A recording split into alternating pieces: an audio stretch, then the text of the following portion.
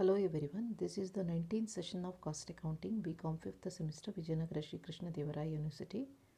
In the last session, we have learnt about LIFO method, that is last in first out method, merits and demerits of LIFO method, and how to record transactions under LIFO method of pricing the material issues. So in this session, we will solve one more problem under LIFO method of pricing the material issues. Here is the problem.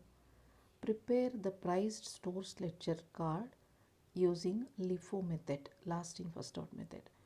So that's 2011 December 1, balance 800 units at rupees 3 per unit. 8th of December issued 400 units. 10th December purchased 300 units at rupees 2.50 per unit. 18th December issued 300 units. 20th December issued 200 units. 24th December purchased 100 units at rupees 2.75 per unit. 27th December returned to vendors 50 units out of stock purchased on January 2005. Purchased 200 units at rupees 2.75 per unit. So on 31st December issued 50 units.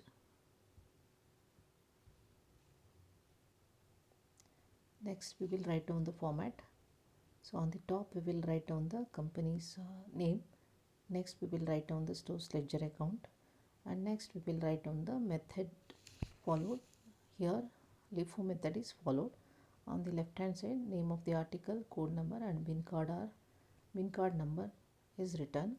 On the right hand side, various stock levels, that is reorder level, minimum stock level, maximum stock level, and EOQ is also written.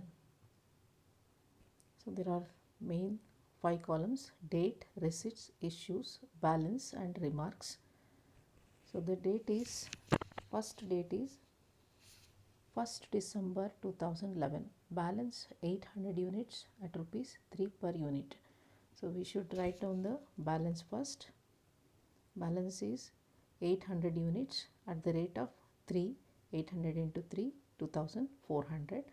Next date is 8 December, issued 400 units.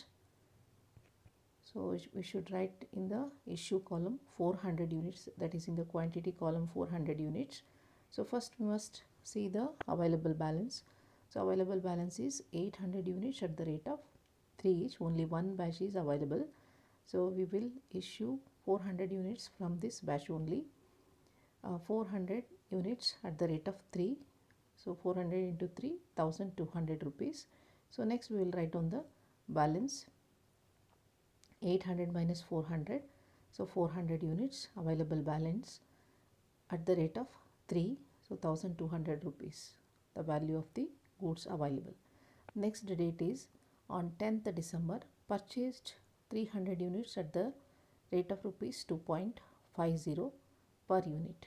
So we will write down in the receipt column, quantity is 300 units, rate is 2.50, 300 into 2.50, 750 rupees. So we will write down the balance.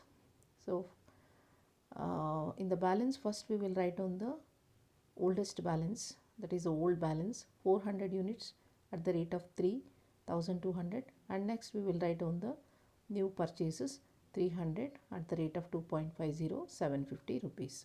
So the next transaction is on 18th December, issued 300 units. 18 December issued 300 units. So first we must see the available balance. The available balance is, first batch is 400 units at the rate of 3,200. Next batch is, that is the last batch, latest batch is 300 units at the rate of 2.50, 750 rupees. So we are following the LIFO method. So we must issue 300 units out of the last balance, that is 300 units at the rate of 2.50. So 300 into 2.50, 750 rupees. Next we will write down the balance. So the balance is 400 units at the rate of 3,200.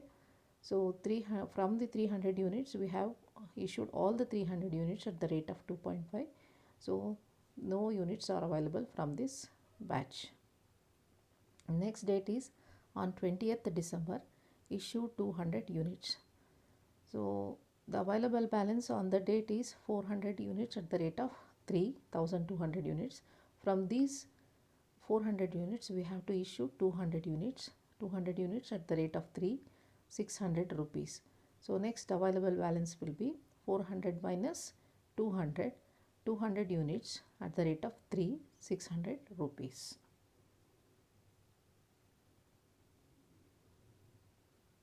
So next we will continue. On 24th December, purchased 100 units at the rate of 2.75 per unit. So purchases are made, so they should be written on the receipt column.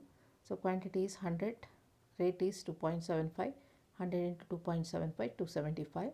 The balance will be old balance 200 at the rate of 600, 100 units at the rate of 2.75, 275 rupees.